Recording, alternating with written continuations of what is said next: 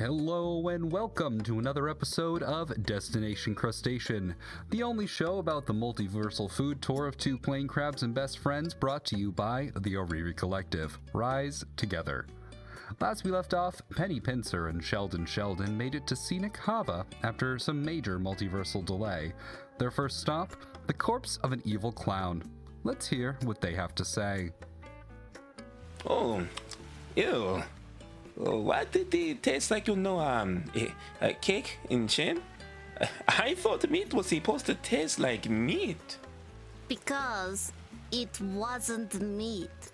That was a cursed soul wrapped in latex and illusion magic. Whoa, is that why he was honking? The clown is a creature not driven by survival, but by attention. I'm paying a lot of attention to this flavor, and lucky for him. Ugh, it was sweet at first, but quickly turned choky. Like it was stuffed with empty laughter and broken hopes. I don't know about empty. Seemed pretty full of himself to me. Exactly. You know, next time, can we just eat a bird? Maybe?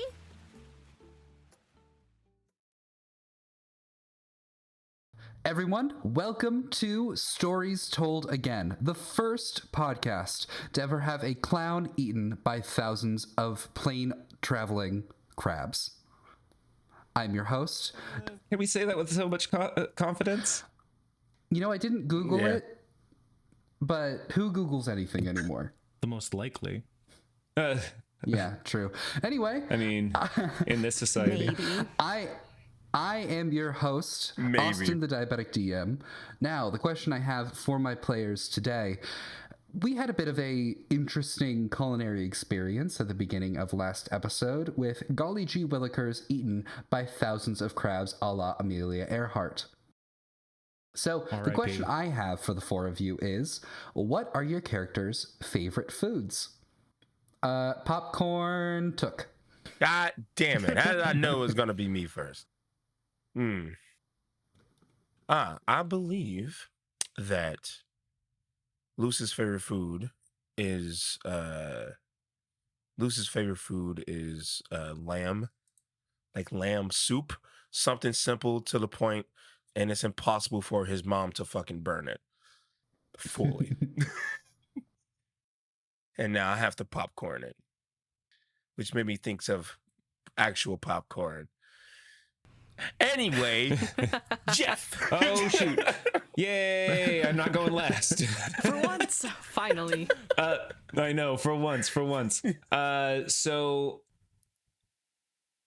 a breakfast hash. You know, pastiche, they seem pretty extra, but honestly, the foods that they like are things that just let the ingredients really speak for themselves. And also, being vegetarian, they don't obviously eat meat, but like a nice breakfast hash with thick cut potatoes, bell peppers, yellow onions, 2 eggs, sea salt, grains of paradise, thyme, dill, paprika, and cayenne. You know, just sounds amazing. It's flavorful. You get to get all of those vegetables. If the saute is right, it's crispy. It's not floppy and gross. It just tastes nice. You get a nice crisp cut whenever you bite into a bell pepper, and they are just happy, transcended, and ready to do whatever their little fey mind wants to do. But not extra at all. No. No, absolutely not. No, extra. No. That's like that the sounded... Feywild peanut butter sandwich. So I don't know what you're talking about. Yeah, like what the fuck? That sounds good as shit. My mouth the fact started that like watering. none of those ingredients are sentient means that sorry. it's like a simple dish in the Feywild. Well, honestly, you say that they're not sentient, but everything has a voice. Did you know that actually if you pull out grass, they have made it, or The chemical they signal. have picked up with mics that they do scream. They do scream every time that you cut grass. So just keep that in mind. Kids. Tiffany, in the Feywild what or about you? in real life? In real life, this is a real life Think fact. about that, kids. Next time you go for a walk in the park. That is I would love to kill more grass then. oh no. The Why? happiness of We're screams finding things of out your about Tiffany, enemies that's why. dying. Why else?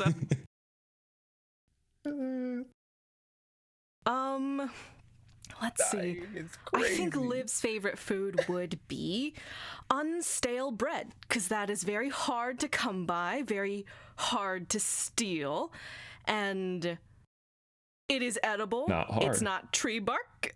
It's not dirt. And you know what? Those are the only things that you should care about. Those are the two qualifying factors for what makes good food. I thought you were going to say those were the two food groups, and I was to say, Liv. Those are the two food groups. Liv. Edible and inedible. Like, can I can cut eat that it? in. And Those will I are not Those the are the die? two two food food groups.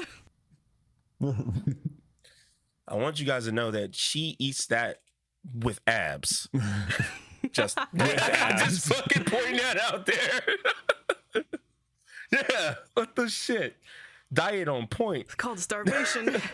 She's always dehydrated. Oh, Yeah. no. She's always dehydrated.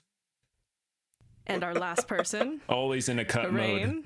I think Vox is just simple. Has such a simple like diet in terms of like what they choose to buy, in terms of what money they can afford. I feel like it's got to just be like a loaded baked potato, like cheese, the equivalent of some kind of sour cream. Like if they want to splurge, maybe like a touch of like crisp bacon on the side. You know, a baked potato is amazing, and I never not eat the whole thing. Yeah. I feel that. Yeah. You gotta eat those. You gotta eat those skins, guys. Yep. Eat those skins. Good not to waste it. God, now I'm hungry. Way to start Oh, this episode. hungry enough question. for You did Yeah, perhaps this is some- your You fault. Terrible did question this. to do before dinner. Well, I am indeed hungry, and I hope all of you are hungry as well, as we're ready to dig in to this new episode. Please don't kill me for that stupid dad joke. I will. Okay. I'm coming to your that house right now. Maybe. Should we leave? I'm en route. Intro music plays.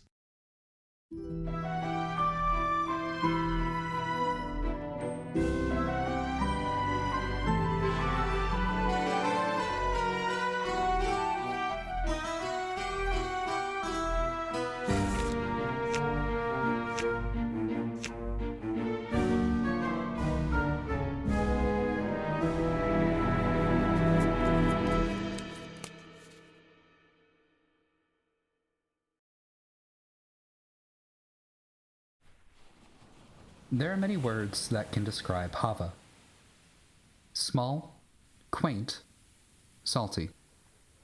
But today of all days, as two of you witness thousands upon thousands of dimensional plain crabs eating a clown, the word that comes to mind is doomed. Now, the two of you are about 10 feet away, Liv and Luce. I'd say you guys are maybe like 60 feet away. Right now, the crabs are all converging on the body of Golly G. Williker. I am so glad that that guy is dead, by the way. Same. But right now, you have like a couple of seconds before they notice that you're there. What do you do? Run, book it, escape. Right now, Pastiche is focused on what is. He's like, yes, and this is how you lose forever, and I will always win. You are a failure and always will be, and that is how you will be remembered Pastiche, forever. She just got eaten by crabs. I don't think you need a monologue to his corpse. Can we take a few steps back? These things look ravenous. Oh yes, that's probably a great idea. Prestige, can you make a perception check? Yeah, sure. 19 plus 1, 20. In the middle of your monologuing, you look down and a crab just has your ankle in between like the vice that is their claw. You're able to get it out just in time, but you realize that that probably could have broken your ankle. You very much need to get out of there rather quickly, as these creatures are now looking and noticing that, oh, there's other food here. Oh, I don't want to be crab food. Yeah, Let's keep go. moving. Back up. Back over the fence. Back over the fence. Okay, for now, I'm going to say I would like us to roll initiative, please. Okay. I just threw my dice across the room. Okie dokie. I'm just going to roll Okay, a different roll one. for the crabs. Oh, 15. 21. Ooh, all right, cool. 5. Wonderful. 8. I'm rolling great today. All right, the crabs got a 17. So, Vox, right now, you're on the side of the fence with the crabs. If you go over that fence and you should be relatively safe, at least for like a little while, but you don't know how long that fence is going to hold. How far away is the fence? I would say about 10 feet. Okay. If Pastiche, if you allow, I'm gonna kind of grab and help use half my movement to help move both of us over the fence as quickly as possible to get both of us over. Yeah, absolutely. Okay. If that's fine with you. Oh, strong hands. Calloused from work. Strong hand, let a lead. I can't handle. Hold on. And then I'm just gonna like fully flustered flip over, and then I'm still gonna cast create bonfire as the crabs that are closest approaching, and then I'm going to have us, and then I'm going to begin to move back and try to meet back up with Liv and Loose. Okay. You take a little bit of your gunpowder, set it alight, and it mixes in with the sand, creating a small fire that seemingly doesn't have any sort of like wooden source that you would see. And as this happened, all the crabs around you suddenly start to shy away from you, as if like the heat itself is making them incredibly uncomfortable. You have a little bit more of a leeway. The crabs are still going to attack this round, but I'm going to say they're going to be doing so at disadvantage. Okay. Is there anything else? Oh wait, you're on the other side of the fence. Yes. So they can't attack. They're going to attack the fence at disadvantage. So up next is the crabs, actually. So I'm going to roll a d8 to determine how many of the crabs are going to be going after the fence right now. 4 of them, and they're going to be doing so at disadvantage. That doesn't do it already. I'm going to do the next one. That doesn't do it either. That one does do it, and that one does it as well.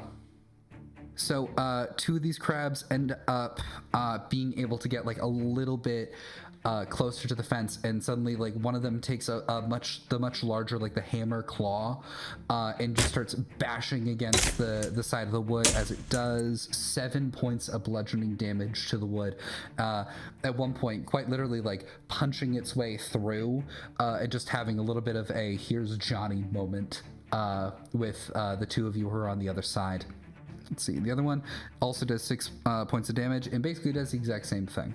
The fence is not looking great. You don't know how much longer it's going to take before a hole develops, and these crabs that seem to be much more aggressive and looking for food try and move towards you and potentially towards the town itself. Actually, Pastiche and Vox, can you both make me either animal handling or insight checks?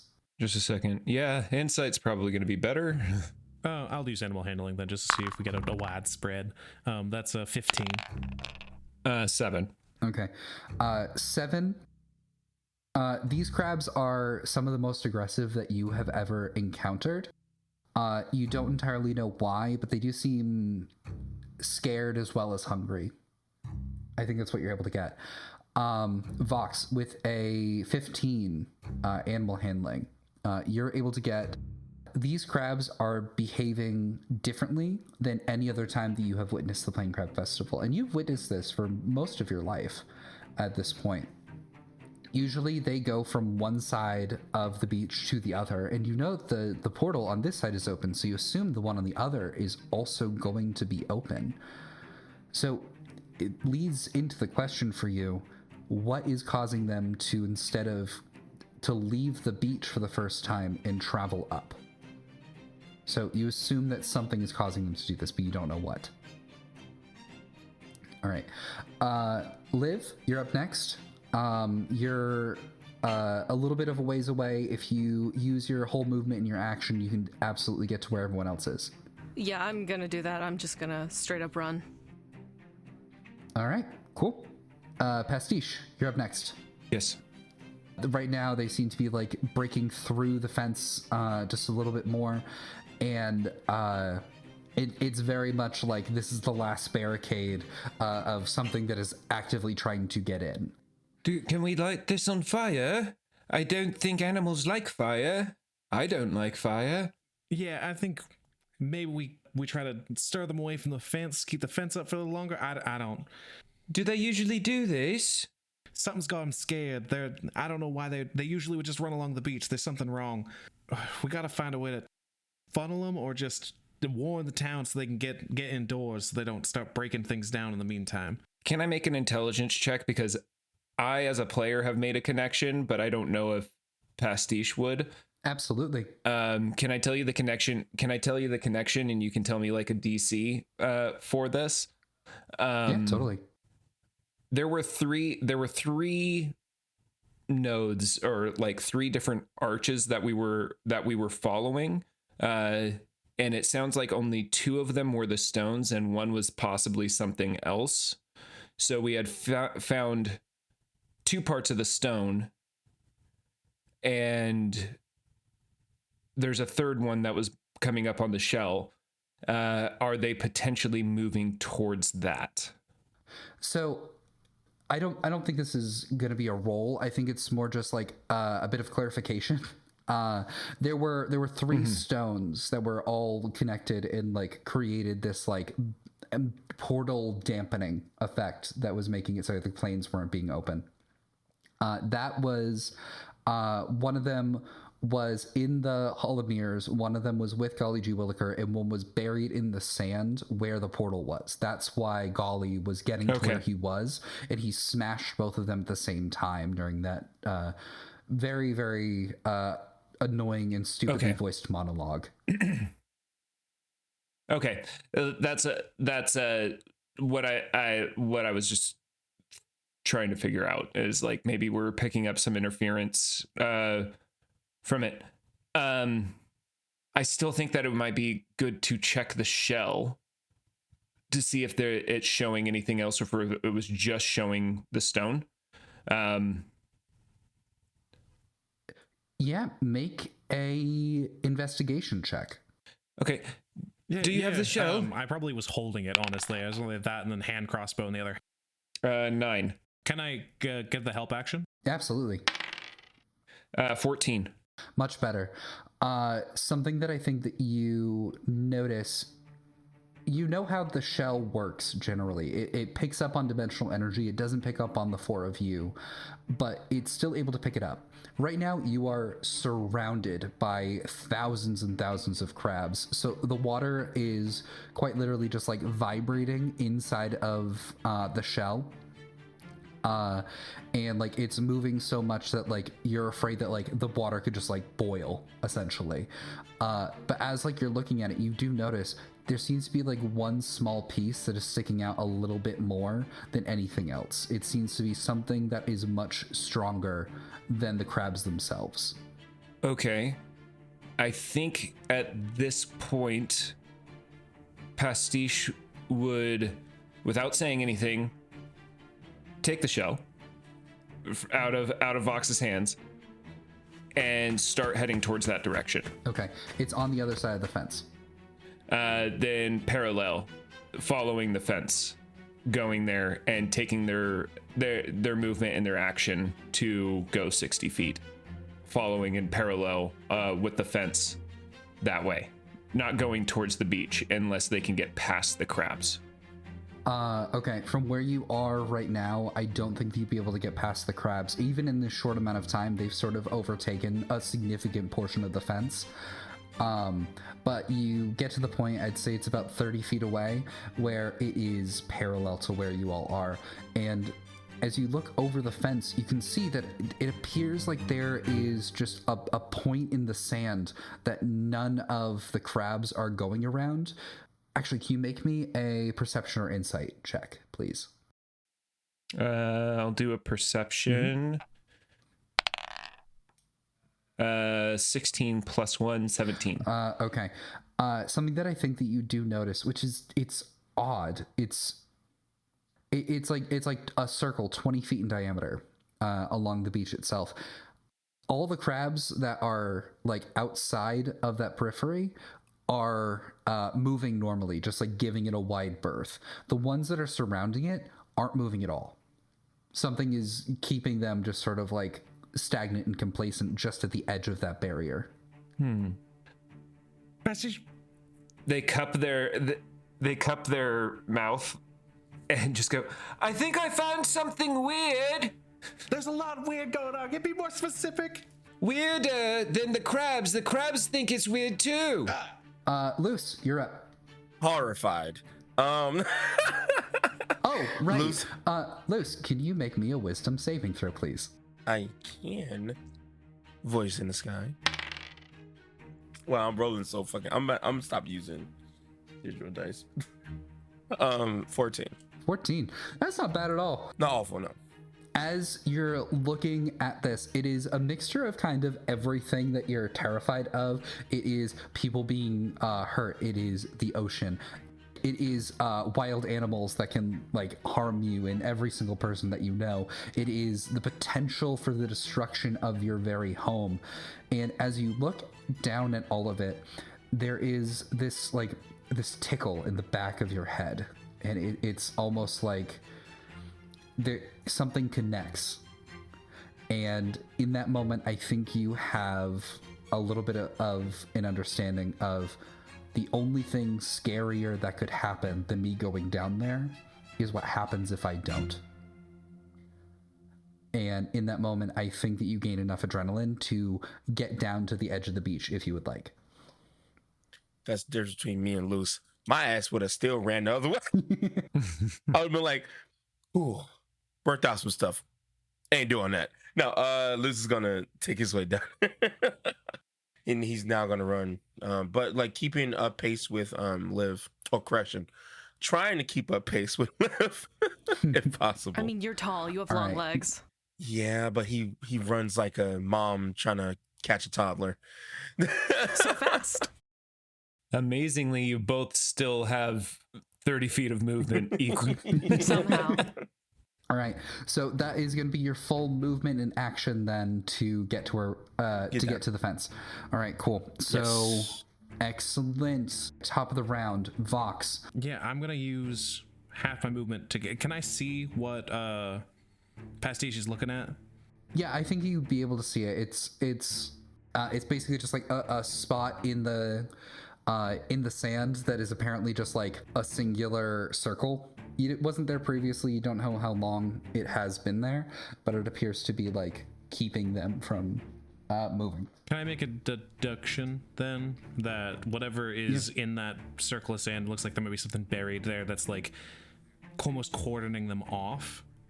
Like the ones that aren't next to it are pushing up because there's something in the way that's like innately blocking them. It's certainly possible. Pastiche, I'm gonna toss the gunpowder bomb to Pastiche. Light that and throw it over there if they get too clear, if they start breaking over the fence. And then I'm gonna jump the fence, hidden step to turn invisible, and I'm gonna start using my movement to try to get over to that circle. All right, excellent. Yeah, you're able to get into the circle itself. I need you to make me a charisma saving throw, please. Oh boy. Something I'm not very good at, y'all. Ooh, this is a flat roll. 12. Should have done it. 12. Bestie should have done it. Yeah, meets it, beats it. You feel this like rush of something come over you. It is like warm and relaxing. It's like you get dipped into like a hot tub. And you feel like all of your worries go away. And then you realize, wait, I'm me. I never feel like this. And just immediately snap out of it. I'm invisible, so no one sees the shoulders re-tense immediately. Exactly. But as this happens, can you make me a perception check? Yeah. Perception.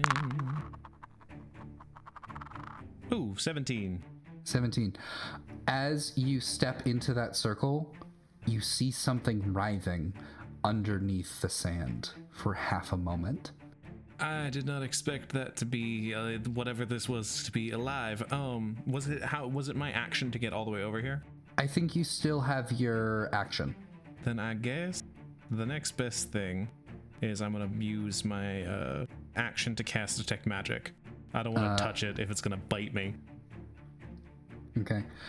As you use your Detect Magic, you look, and there appears to be something giving off enchantment magic inside of the sand itself. And I will let you know, it is very, very big. It's, I'd say, about like 10 feet in diameter, and your foot is only like a couple feet away from what appears to be like one of its 5 tentacles. Maybe... Passage, maybe we'll use the bomb on this. And that'll be my turn. Do you want me to throw it now with you there? You know what? Maybe. I could come over and stab into it. I don't know. It seems a little bigger than... you might need a bigger knife. Do you want to use catapult again? I don't have anything ready for that. I'm going to be quiet now. I feel like the crabs are getting suspicious. Yeah, speaking of the crabs, it is their turn. I'm going to roll another d8 to determine how many of them try and break down the fence. 4. I'm going to say that they still have disadvantage on this. Okay, that is a 10. That's a 5. That is a 19. And that is a 22. So 3 of them get through. 13 points of bludgeoning damage to the fence as more holes start to form around like that one plank that broke through, and now there's just like a small wall like where the plank was that is literally like just like crab pincers going through and trying to like break down the rest of the wall. I'd say you guys have maybe one more round before this entire fence comes down. Or at the very least, a breach happens. Liv, you're up. Where am I relative to everyone else? Okay, so you are where Vox and Pastiche originally were. You're about, I think, 20 feet from the portal itself, and you're right next to the fence. As in the fence on is... the side that is... that's breaking down right now, yes. Okay, so the fence is behind? You are behind the fence, and the crabs are in front of the fence. You're not on the same side of the fence as the crabs. Yes, and then the direction that Pastiche and Vox were in. I'm also going in that direction. Okay, excellent. Yeah, you make it down. The 3 of you are now there. You look over the fence and you can indeed see that there is like the large portion that is just like completely crab free, as more and more of the crabs are trying to break down other parts of the fence or are trying to get away from whatever this spot is. As I think like at this point you realize a number of the crabs are trying to get away from whatever this thing is, and whichever ones are like on the periphery of it are just stopping in place, completely dazed. Okay, so have I caught up with Pastiche and Vox? Like, am I right there? Yeah. Okay. Yeah, I've only moved 30 feet-ish. What are we doing? What is this? Why are we stopping? I'm about to throw a bomb at Vox. Just Why? throw it, don't light it. I'll do it. Okay. There's a weird thing over there, and we're going to blow it up. Okay. I'm just gonna ready a shield then. Just watch. Brace for impact. All right. Is still running down, and he's like, throwing bombs? Bombs? Really? He's just like screaming at this point. Okay.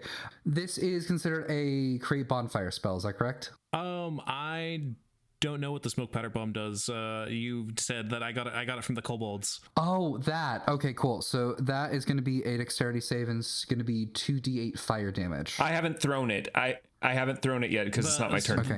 My hope or my thought process was Pastiche throws the bomb, lands it on the thing, and then as I come out on my turn, I'll come out of invisibility, cast create bonfire, and then hidden step, and then sprint back to the group to then hopefully like force detonate it for 3d8 damage. Yeah, perfect.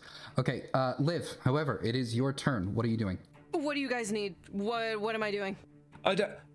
We're about to make explosions and stay on this side. Don't let a crab through because they're bad, and I almost had an ankle Crabs are bad. taken away. Stealing ankles. Okay, I'm gonna try and like guard them from any stray crabs that break through the fence. Let's consider this to be a readied action. If any of them break through, you can make an attack roll. Okay. Does that work? Yeah. Crabs are bad. Stealing ankles. Don't let that happen to you. All Learn right. from my mistakes. Luce, you're up next. Crabs, keep them back. Cool. He's gonna like lift up his staff and just poke him. Like if anything get close, just he's not really a fighter like his mom, so this is gonna go great. All right. He's gonna help. Pretty much, I would like for him to give the help action to live. To make sure that these what'd you say, ankle stealing crabs are not like stealing ankles. Okay, give the help action to Liv. You can absolutely do that. We can just say that like you two use your movement to get to the point where like Liv is, and we can assume that like if she goes to attack a crab, the crab is going to be flanked by her, so she can make that attack with advantage. Okay, yeah. Okay. Can you also make me an intelligence or history check, please? Okay, I will do so. Is Luce a smart cookie? Oh, he's not too bad. That's a 14. Even if you are not a fighter like your mother, you still do have things at your disposal. You just very recently got 2 magic items from a very kind and very adorable possum that you think might be able to help you. Okay, yeah. You have a half-melted candle and a deflated foil balloon. You can use either of those if you would like. If not, that's fine too. The fucking balloon. Yeah, okay. All right. So that was your movement. You still have your action and your bonus action. Do you want to hold your action to attack as well, or do you just want to... Oh, I thought the help action was what the help thing, but you said, okay, I was confused. I would like to use the candle. I want to know what the fuck that does. Better time than any. The moment that you pull out the candle and you activate the magic within it, the entire world goes dark for half a moment. I don't like that. The only thing that you're able to see that is actually present is the candle lit in your hand. What do you wish? That was more of a took reaction than Luce. I think Luce's reaction is perfectly a what? Yeah, you just gotta tell this candle what you want. I think it's more fun for you to tell the candle what you want, and then I explain it. I'll say that much. That worries me. He will like look at the candle and just, I wish for the city to not be destroyed by whatever is chasing the crabs or the crabs. I don't know. Is this like a multi-wish? Your wish is my... Wait, what? Are you really asking that of me? I'm a fucking birthday candle. I don't know. What is it? I'm just asking. Well, I'm panicking, all right? I'm about to die by crabs. Do you not understand what's happening right now? Mr. So I'm talking to you're being attacked by thousands of crabs, and you pull out a birthday candle. That's what millions of crabs. Millions of crabs. I can make first level spells, my guy. That's it. Okay, so what you have is the wand of small wishes. Okay. So basically what this thing is able to do, it is once a day you are able to cast any first level spell or lower without spell components as an action. Gust. I will take your, because I have no idea what I was going to be able to. I was going to go through the list just now. Gust sounds really good right now. Okay, how is that going to help with the crabs exactly? You know what? It's not my place. It's not my place. I am a candle. I mean, okay, yeah. Thank you, candle person thing. Hey, Austin. No problem. Just yeah. Fuck this guy. The god of birthdays. Of course. Happy birthday. as the candle blows itself out and the smoke suddenly like whips around as light comes back to the world, and suddenly whoosh, there's like a massive like gust of wind that suddenly they do not make that save probably.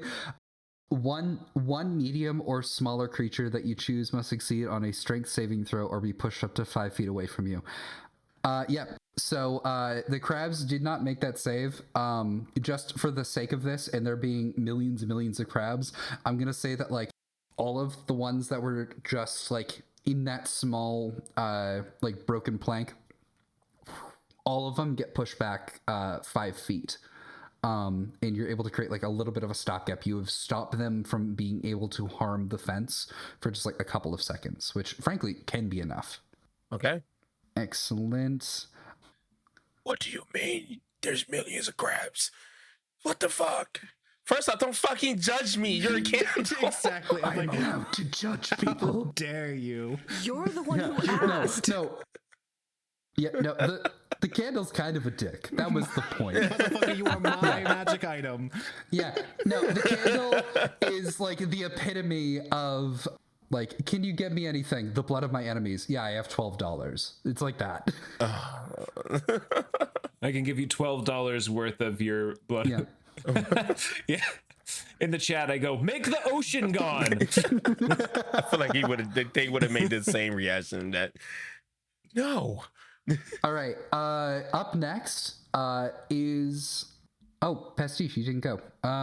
So sorry about that. Yeah, Pastiche, you're next. I toss the unlit, because I was told to not light it, back over to Vox. I don't know why you gave this to me if I wasn't supposed to light it. Situation changed. Oh, here. And I just toss it back over. And I don't know if that's is that my action? Is that going to count as an action or a bonus action? I'm calling that like let's say that's a bonus action. Okay. Then what do I have?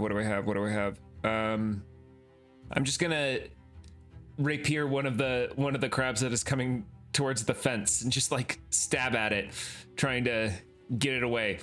Yeah, absolutely. All right, roll to attack. Okay. 7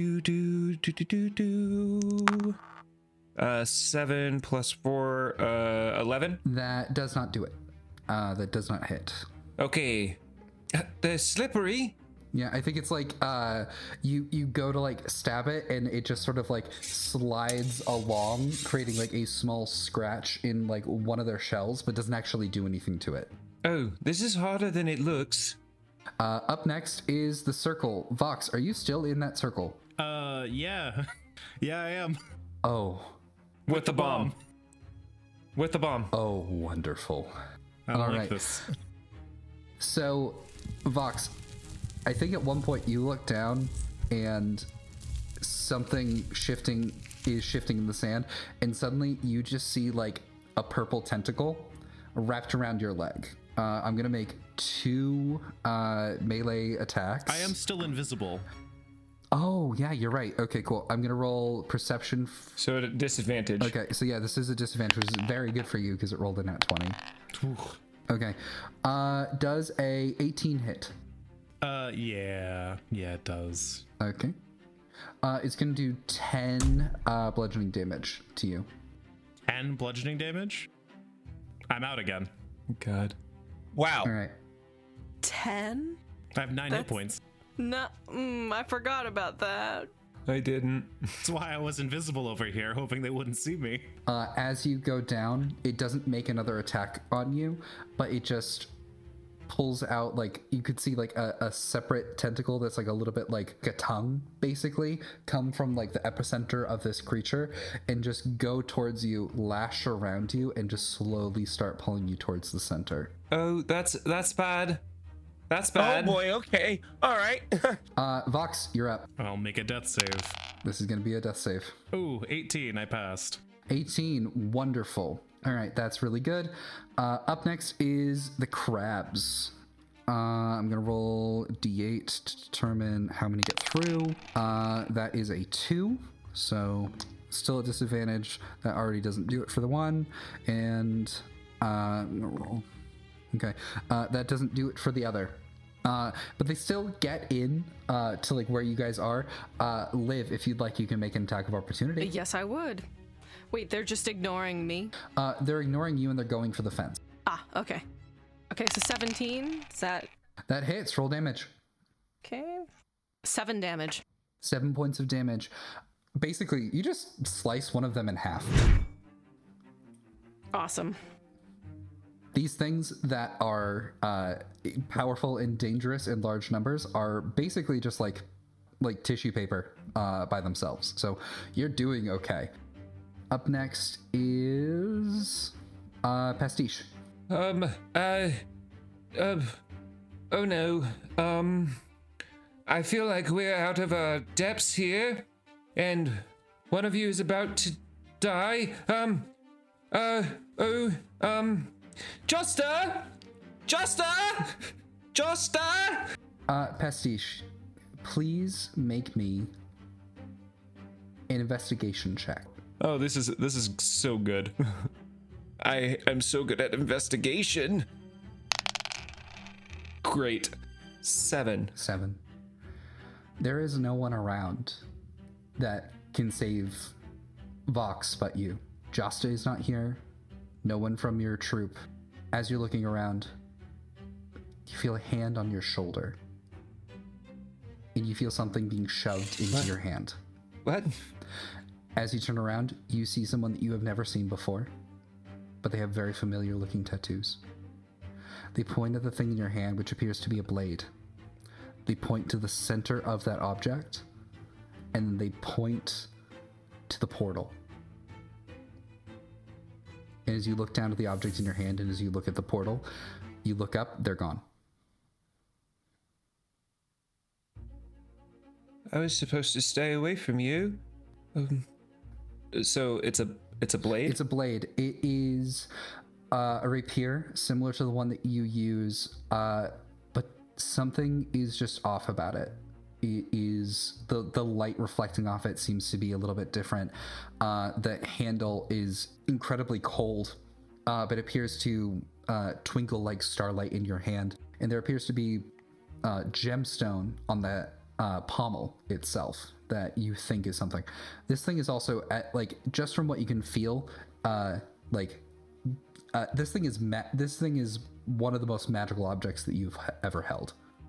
And so almost kind of like a surge, like feels like it has an energy of its own. It does.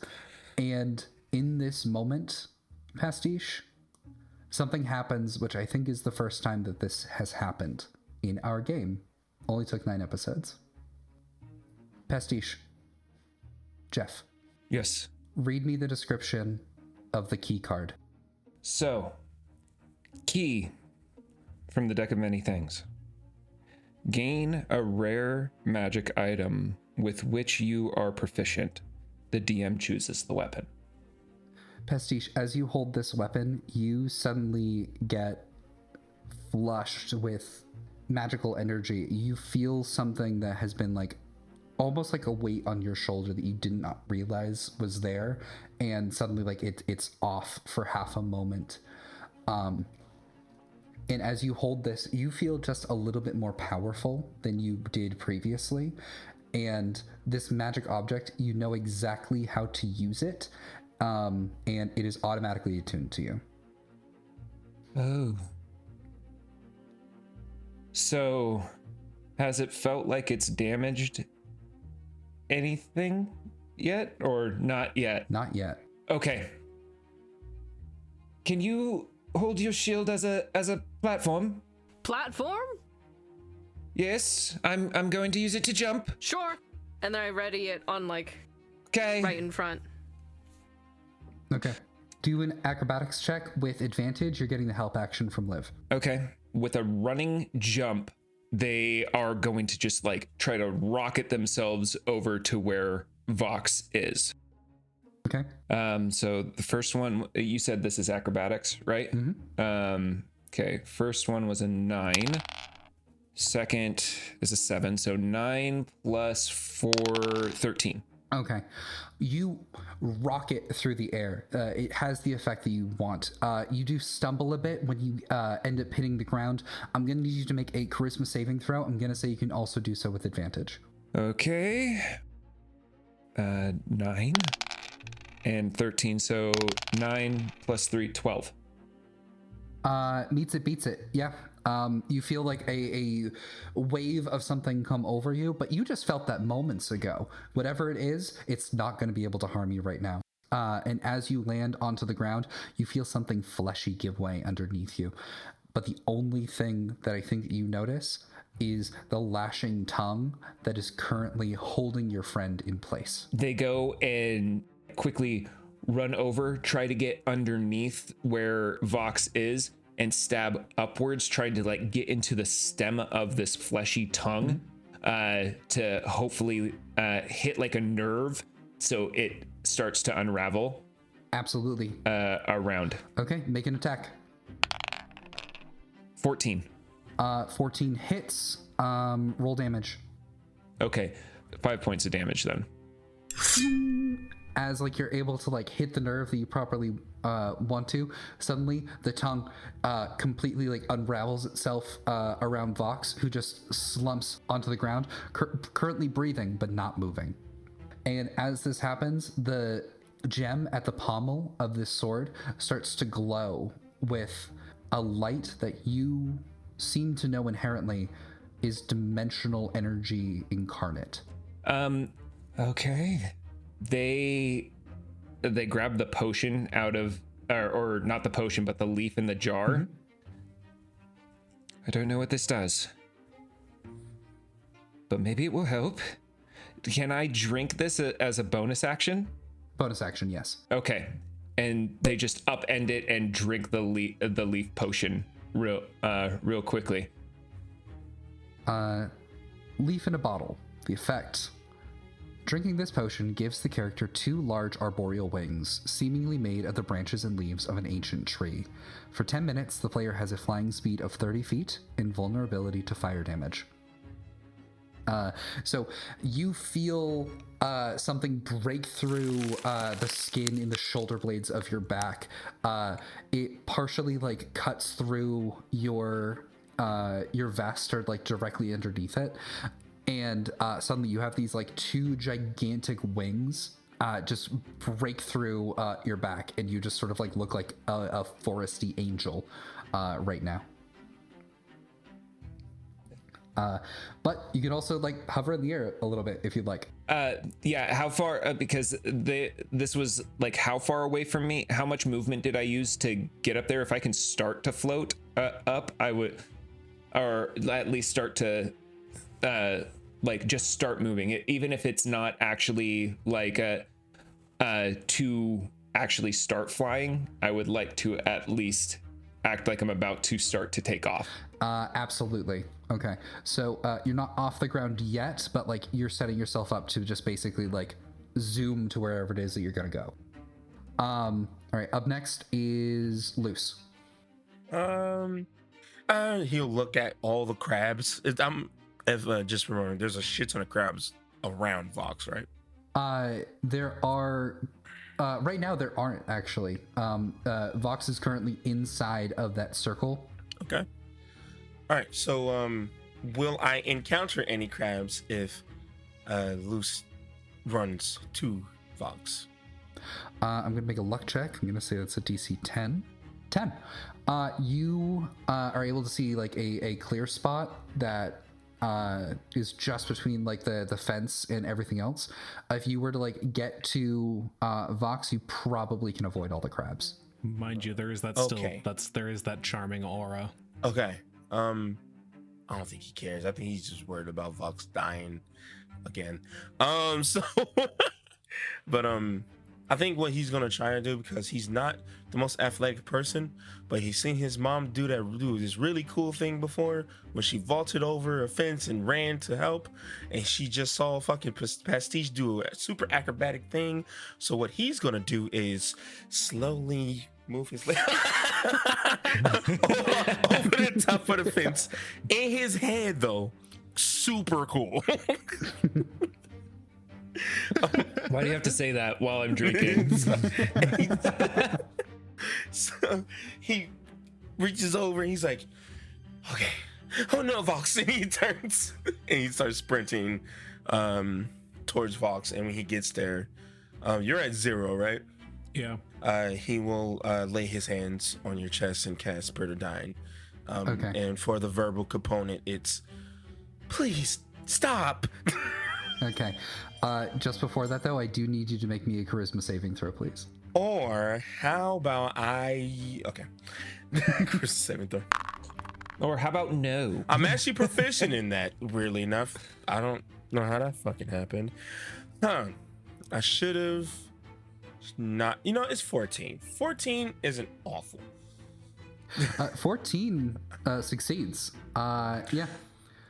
Oof. All right. Yeah, I think for the first time you have a feeling that is like, oh, hey, look, maybe I might not be anxious. And you're like, wait, that's not me. And just snap out of it. Yeah, you cast Spare the Dying. Vox, you are currently stabilized. You no longer need to make death saves. Oh, good. All right. Luce, is there anything else you'd like to do?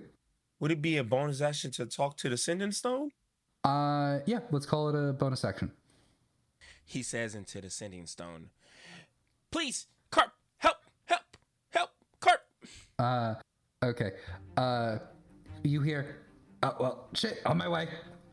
You don't know how long it's going to take Carp to get there, but you do know that he is on his way. Up next, however, is this creature, which now with everything that's been going on around you, you can see is a gigantic interdimensional plane starfish that seem to have come through at the same time as the plane crabs. So I should have been rolling my starfish dice. I got it. I almost said something at the beginning, but then I was like, nah, that's a spoiler. All right, so I'm gonna say it's gonna make two arm attacks, one at Loose and one at Pastiche. Let's see, I'm gonna do Loose first. Does 11 hit Loose? No, AC is 16. Excellent. All right, up next is Pastiche. That is a 6 plus 6 is 12 hit. No, it does not, actually. All right, excellent. I think it's like both of you are on one of the arms that it was planning on using to actually get at you. So all that you see is like a singular, you feel the ground just sort of shift underneath you as flesh writhes, and you can see the tongue that it's using to lash at people is just sort of moving moving without actually real rhyme or reason, but it is not going towards or away any of you, or away from any of you. That is that creature's turn. Vox, you are currently passed out. Can you make me a luck check? I'm going to say DC 15. That's the second dice I've just thrown across my table. That was so loud. I'm just gonna roll on the online 5. 5. You're still passed out. The floor roll was an 18 then. The floor said 18. All right. Up next is the crabs. Number that you try to get through is 3. It's still gonna be at disadvantage. I'm gonna say this is the last disadvantage though. Let's see. Yep. And then. Yeah, none of them make it through. I think that it's part of the fence has started to actually catch on fire, and they're now trying to stay away from it as much as possible. So they're not even trying to attack it right now. They seem to be doing relatively okay. Up next, Liv. So how close are the crabs now to us all? They seem to be a little bit of a ways off. They are not actively trying to take down the fence anymore, as the fence is caught a little bit on fire. How far away is the nearest enemy? I would say probably 10 feet and 5 feet away from the fence. Which I am far away from the fence. You're right at the fence. Okay, right? no. Okay. Okay. Theater of the mind, people. And the starfish thing, that's closer than the crabs. Yes, currently. Or at the very least, it seems to be the more immediate threat as well. Okay, yeah. There's also like you can see that Vox is currently downed in the middle of what appears to be like this thing's like lair.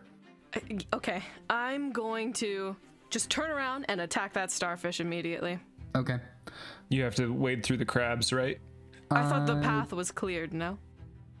Yeah, the path was clear because of the luck check. Okay. Okay. As you get up to a place where you can actually like attack the crab, I need you to make me a charisma saving throw. 19 plus 22. 19 plus, okay, 22. Yeah, that definitely succeeds. This thing is probably getting incredibly frustrated at the fact that like there are so many things that it could potentially like eat that are not crabs for the first time probably its weird interdimensional life, and it's just failing miserably at actually being able to like eat them. But yeah, you're doing okay. Roll to attack. 12. That does not hit, but Okay. there are other people in this space, and the thing is pretty big. I would consider both Pastiche and Vox, if Vox were conscious, to be flanking this thing, so you can roll with advantage. Luce is also right there. Oh, and Luce as well. Everybody's Yeah, there now. Literally everyone. Okay, cool. I'm the only one not helping. You're morally supporting us. 18. 18. That definitely hits. Roll damage. 4? All right, 4 damage. You slice through the nearest arm, and it just creates a gash, making one of them essentially useless. As suddenly, I think Vox, in like whatever small bit of consciousness you have left, you feel the one that like you're on top of just go limp. I also want our listeners to know that like Rayne is currently pretending to be a corpse. Just unconscious. Okay. Not quite a corpse. Corpse adjacent. Almost a corpse. Aspirational corpse. Aspirational corpse. Yeah. That'd be a good band name. Pastiche. You're up next. Before, can I use my bonus action to... Okay, so I saw Pastiche turn into a bird creature by drinking that strange potion that we got from Paya. Now, I have these discarded mints, and I'm thinking, what if I can turn into some kind of flying creature as well? So I'm gonna eat one of the mints. Okay. I need you to roll me a d4. 3. 3. Okay. The one that you ate, it was blue. You put it in your mouth expecting it to be minty. It is incredibly sour, and it's popping like pop rocks. And in that moment, you feel like something is expanding in your mouth more and more and more, as suddenly you are breathing lightning like a dragon at this creature. Oh, shit. Oh, yeah. I need to make a dex save for it, which I'm going to say is doing so at disadvantage because multiple people are stepping on it. That already fails. I just want to see if it's a nat 1. It's not a nat 1. So, yeah, you suddenly, like, you open your mouth as wide as you possibly can, and suddenly, like, a bolt of lightning just immediately comes out, frying the center of, like, this creature. Can you roll me 2d8 for the lightning damage that you do to this thing? Hell yeah. 10. 10. So you do 10 lightning damage to this like gigantic starfish, as suddenly you see sparks fly directly through that lashing tongue, and then just sort of like go over everything else as like it's vibrating very quickly, and seems to be seizing. Although you did a lot of damage to it, it is furious at you and definitely is going to want to like mess you up next if it has the opportunity. Pastiche, you're up next. Okay, well, hopefully this works. Everyone, goodbye. Goodbye. And they rocket towards the portal, just as quick as they can, just rocketing towards the portal with their wings. Okay. High enough away, or high enough above the crabs so they don't try to attack them, but they're going straight for the portal like they're going to go through it. All right, that's awesome. Okay, you can absolutely make it. There's you don't get hit by any crabs. You see like a number of them are like pointing their claws, trying to like nip at your heels, but failing miserably. As you, Does the starfish try to attack me? it does have an attack of opportunity. You're correct. Let's see. Does a 17 hit? Yes, it does. So this is gonna be. This could be it. God dang it.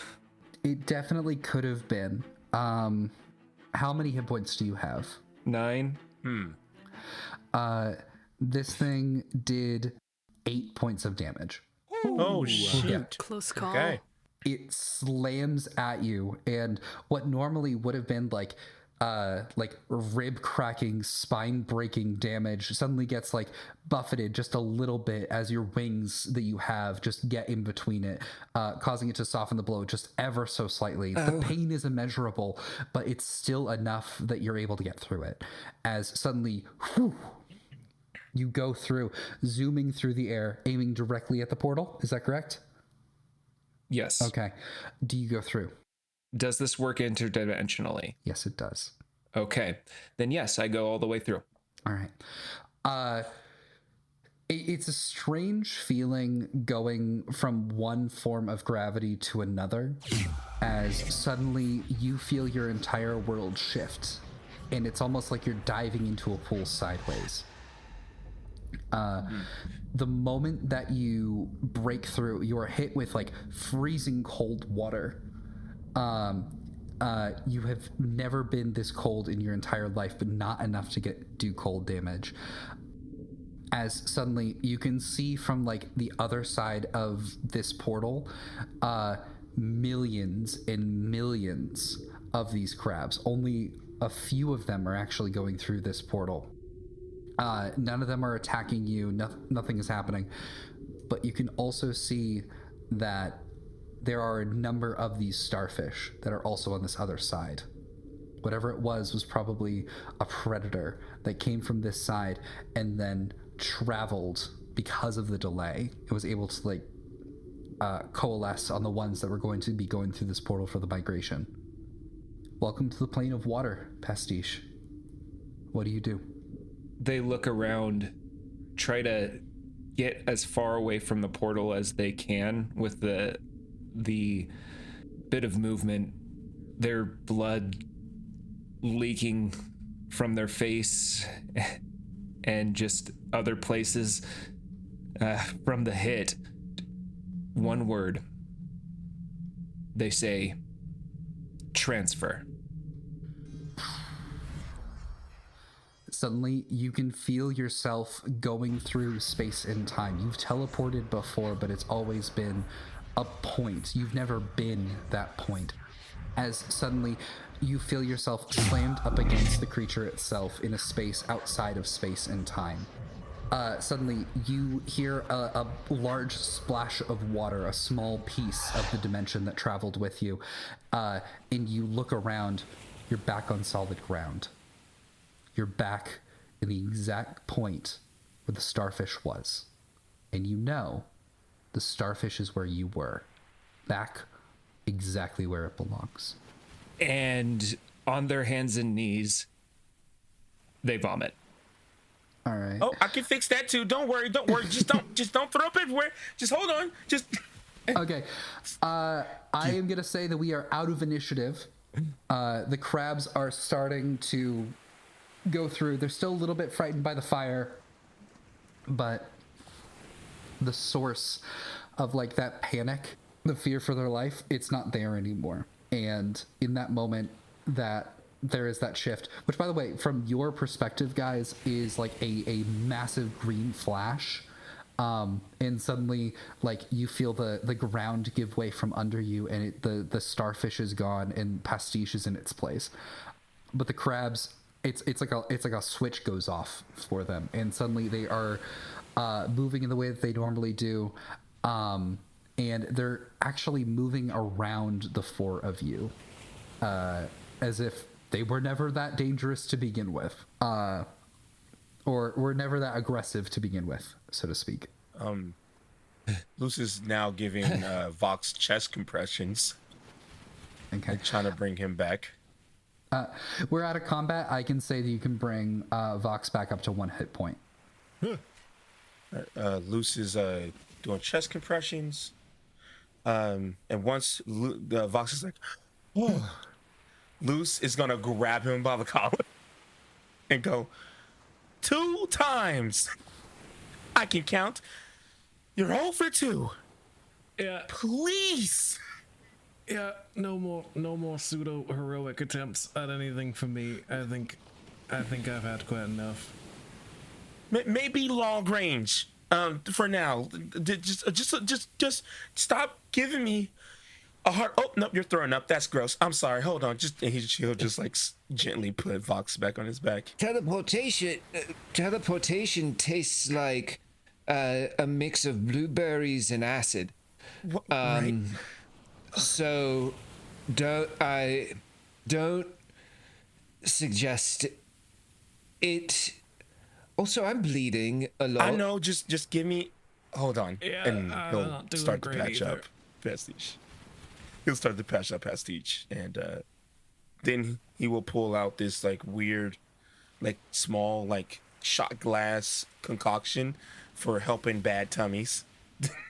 He's like, this is gonna be gross. It's like, you know, that medicine, you know, that gross ass like kid medicine you had to take as a kid. That, yeah. It's like Pepto-Bismol, but yeah. flavored like licorice or something. Basically, yeah. I think licorice will be like the main thing, probably. Yeah. Luce, as you're administering this, you're still on the beach. The crabs are giving all of you a wide berth. You suddenly hear, like, from around the corner, like, you just hear, Luce, I'm coming. You're gonna be fine, man. And you can see Carp, who just the moment that he sees that you are doing perfectly fine, the plane crabs have returned, just goes from like absolutely sprinting to just like a jog, and like just sort of like gives you a gesture like, what the hell, dude? We took care of it. Yeah, things happen What? very fast. I was very unconscious again. Would someone like to fill me in? God, that cannot be good for my head. Okay, do it off the fucking beach. Those things can kill you. Okay, yeah. Oh, they're fine now. They almost killed us, but now they're fine. What? I feel like in an alternate reality, they did kill us. Oh my god. CPK adjacent, I would say. Again, this is where Luce gets the what from. At this point. All right. And as the 4 of you get off of the beach, Carp that just goes, okay, Luce, can we go to your house away from the beach? These things, I'd rather not go back to my place right now, you know? Yeah, do you all want to come to my house? I can accommodate you, and Liv already has an extra bed that I made, so I can do something for you guys. Yeah, let's go figure this shit out, and I got some potions I can help you all. You just figure it out from there. I think it might be time for a rest. Before we leave, I'm just gonna put one hand on Vox and one hand on Pastiche and lay on hands them, just so that they can walk back to Luce's place. I've never done this before. How much are you giving us? But you know, it's only 5 HP each. Yeah. So that puts me at 6. Both of us at 6. Look at us. Nice. Dynamic duo. Oh, God. Liv, I appreciate you for that. Could someone... What happened to the... What happened thank to you. the invertebrate? I was going to blow it up, and then I did something extremely heroic. Do you see my wings? Said, look, Pastiche, yeah, you're a hero. We'll sing songs. They're extremely flammable. Songs about it. Oh, God. Oh, they should be songs. If I have anything to say about it, there will be. Yeah, that's good. Liv, thank you for the help and for everything. No problem, but what just happened? No idea. Carp? I got this sword. Yeah, that's... What is that? Did you steal it? A very dangerous man came and touched me on the shoulder and then handed this to me and then disappeared. And as soon as it was in my hand, I knew exactly how to use it. And so I did. and I drank a potion. I ran through the portal, and then I changed positions with the starfish. Now the starfish is in the portal, and I'm back here. You know, normally that would freak me out, but the last 2 days, that is the least of my worries. Good job. Was that the apocalypse that was gonna happen? Did we win? Is it over? I don't know. A crab. Maybe we should ask Death. Can you contact him Death. again? Oh, Do we still have 48 hours? you want me to? I would have to pray. So when we get back to my house, I can try. Yeah. Great. That sounds good. Where are my cigarettes? As you're all walking back, you look behind you and you realize that like there's a lot more people in the streets than there were for the past couple days, and you see joy and excitement on a number of people's faces, oblivious to the fact that the four of you just almost died, as all of them go to the edge of the beach and witness the thing that brought this community such joy for so long. All of them unaware that they could have died moments ago. There's a gratitude present here. Where were the guards? Don't mind the fence.